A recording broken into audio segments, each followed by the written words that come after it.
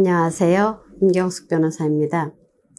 오늘은 이혼 소송에서만 특별하게 있는 가사조사라는 거에 대해서 한번 여러분과 이야기 나눠보도록 하겠습니다. 가끔 이제 저희 의뢰인들이 오셔서 뭐 이혼 소송 그냥 소송만 하면 되지 가사조사가 뭐예요? 그건 왜 해요? 누가 해요? 그거 안 하면 안 돼요? 이런 얘기를 많이 하십니다. 근데 이거는 이 가사 사건이기도 하고 이혼 사건에서는 거의 뭐 필수적으로 필요하다고 봐도 됩니다. 이게 특히 한쪽이 이혼을 하겠다고 해서 이혼 소장을 냈습니다. 근데 반대쪽 상대방 쪽에서 난 이혼 못해요. 절대 이혼 못해요. 했을 때 이럴 때 가사조사 꼭 해야 됩니다. 그리고 또 양육권 갖고 다툴 경우에도 가사조사를 합니다. 그러면 왜 그러냐면 법원은 어느 쪽이 더 아이에게 더 좋은 환경인지를 알아야 판단을 합니다. 무조건 엄마가 좋으니까 엄마가 키워라 이거 아닙니다. 굉장히 꼼꼼하고 우리나라 법원은 그 아이의 복리를 굉장히 중요시하기 때문에 굉장히 꼼꼼하고 자세히 가사조사를 합니다.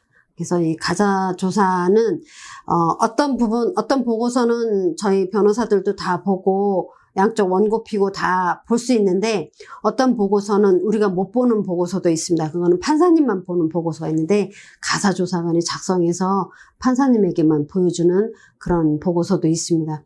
가사조사관의 의견이 굉장히 중요합니다. 그래서 여러분들이 이혼 소송 하거나 양육권 다툼할 때 가사조사를 그냥 뭐 별거 아니겠지, 뭐 형식적인 요건이겠지라고 쉽게 생각하지 않았으면 좋겠습니다.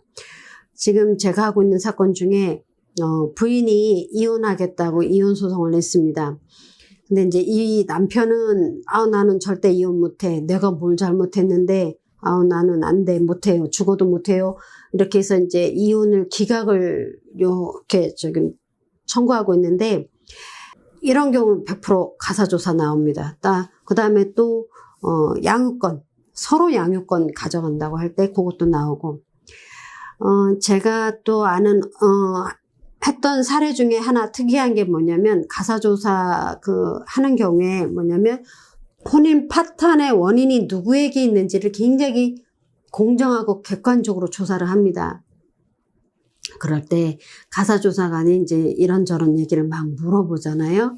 그러면 의뢰인들이 가사조사관 앞에서 배우자의 험담을 그렇게 합니다. 이럴 수는 있어요. 내가 이혼 소장을 낸 사람 입장에서는 험담할 수 있어요. 근데 만약에 내가 이혼을 원치 않아. 그러면 험담하는 거는 같이 험담하면 가사조사관이 이렇게 생각하지 않을까요? 뭐야, 이혼 하겠다는 거야, 안 하겠다는 거야. 이렇게 생각을 합니다. 그렇지 않겠어요? 입장 바꿔놓고 생각해 보세요. 만약에 여러분이 가사조사관이라고 생각하고 여러분 앞에 한 커플이 와서 두 부부가 와서 이혼을 원하는 사람은 이제 뭐 예를 들어서 부인이 이혼을 원한다고 칠게요. 부인이 이혼을 원해서 이혼 소송을 냈는데 그러면 이제 부인은 남편은 이것도 나쁘고 저것도 나쁘고 뭐 어째서요 저째서요 험담을 막 할 거 아니에요? 이혼을 하고 싶으니까. 근데 이제 남편은 나는 절대 이혼 못해요. 나는 뭐 이혼할 의사가 전혀 없어요 하는데 아이고 그러는 너는 뭐 잘했니? 네가 한 건 뭐가 있니? 살림을 제대로 했니? 애를 제대로 키웠니? 이런 식으로 같이 나오면 이거는 그야말로 같이 이혼하자는 결과밖에 안 되잖아요. 그렇죠?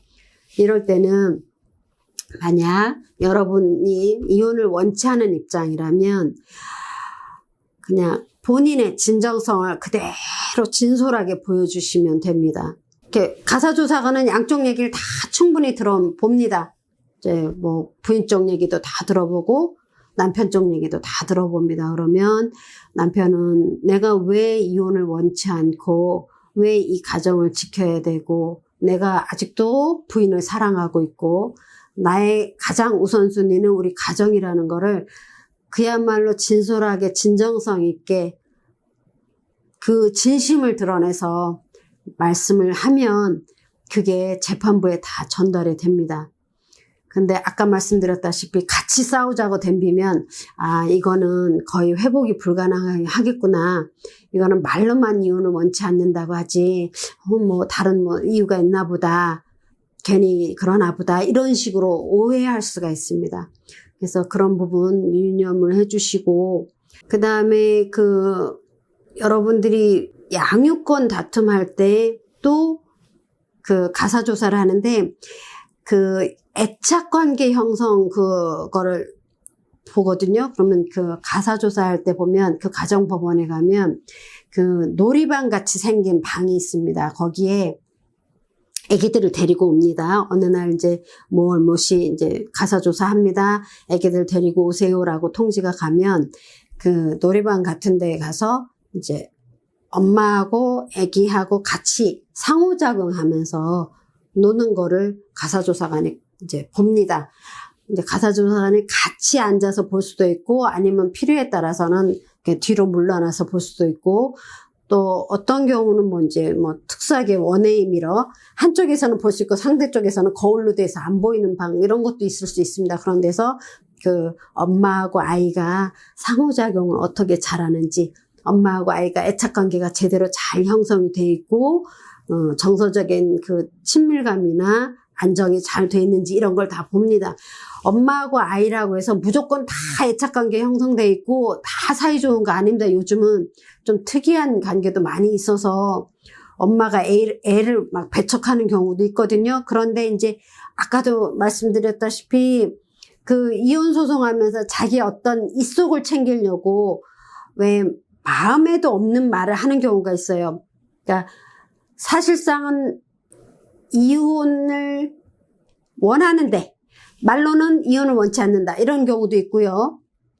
이제 뭐 이렇게 약간 재산 다툼이나 돈 빼앗기기 싫거나 뭐 이런 여러 가지 굉장히 복잡한 요인들이 많습니다. 또는 양육권 다툼에서 뭐 사실은 뭐 양육비라도 챙겨서 뭐 어떻게 좀 재산적 이득을 볼까 하고 양육권을 다투는 경우도 있습니다. 사실은 애기 키우기 싫거나 애를 싫어하는 엄마도 있을 수 있습니다. 뭐 모든 엄마가 다 뭐 아이한테 헌신적이고 희생적일 것이라고 하는 거는 어떻게 보면 아닌 케이스도 있기 때문에 그랬을 때 어떤 엄마가 내가 애를 키우겠어요. 양육권, 친권 나한테 주세요 했는데 이제 가사조사관에 같은 방에 있으면 아무래도 쇼맨십을 보이겠죠. 그런데 이제 원웨이 미러로 분리된 상태에서 아기하고 엄마와의 관계만 봤을 때 그런 게 나타날 수도 있다는 얘기입니다. 그런 케이스도 있고요. 반대로 또 이제 아이가 있는데 이제 아빠가 나타났을 때 아이들이 하는 행동을 자세히 봅니다. 아빠가 나타났는데 분척만척 한다거나 아빠가 나타났는데 오히려 애가 무서워서 숨는다거나 이러면 문제가 있는 거죠. 그거는 그 이전에 엄청난 트라우마, 폭력이나 폭행이나 이런 걸 겪었다는 거고 되고 아빠하고 애착관계가 형성이 안 됐다고 보는 겁니다. 그런 상태에서 아빠가 내가 애기 키우겠어요 이런 얘기하면 가사조사관이 이건 거짓말 하는 거구나 라는 걸 금방 알게 됩니다.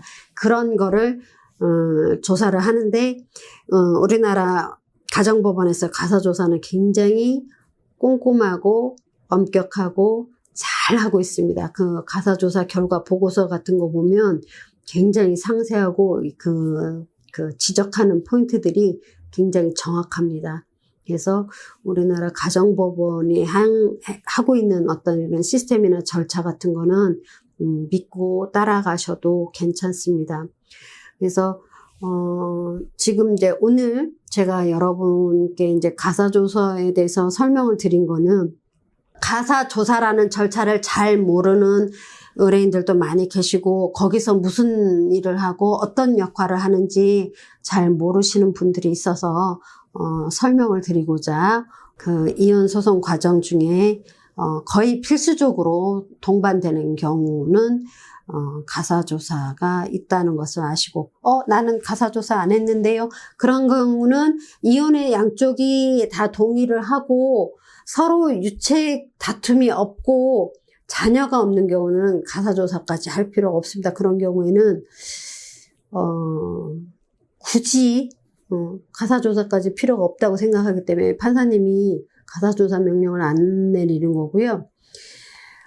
제가 했던 사건 중에 한 케이스는 이제 황혼 이혼이었는데, 이제 이 경우는 남편이 이혼 소송을 했고 부인이 이혼을 원치 않는 케이스였는데, 이제 남편은 부인이 자기를 학대하고 방임했다 이런 주장을 하고, 부인은 아니다 뭐 이런 얘기를 하면서 가사조사를 또 해서 조사를 한 경우가 있었습니다.